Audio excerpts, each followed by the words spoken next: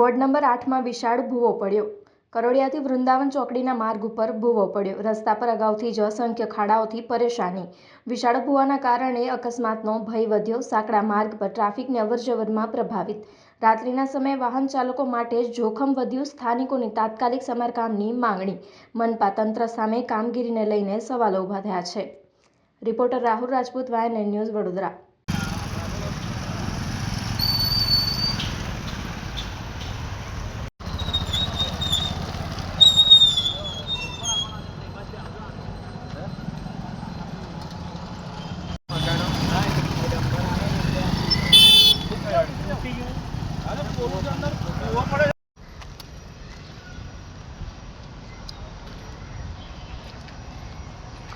આ છે બાજવા કરોડિયા રોડ છે અને બગડો પડે છે.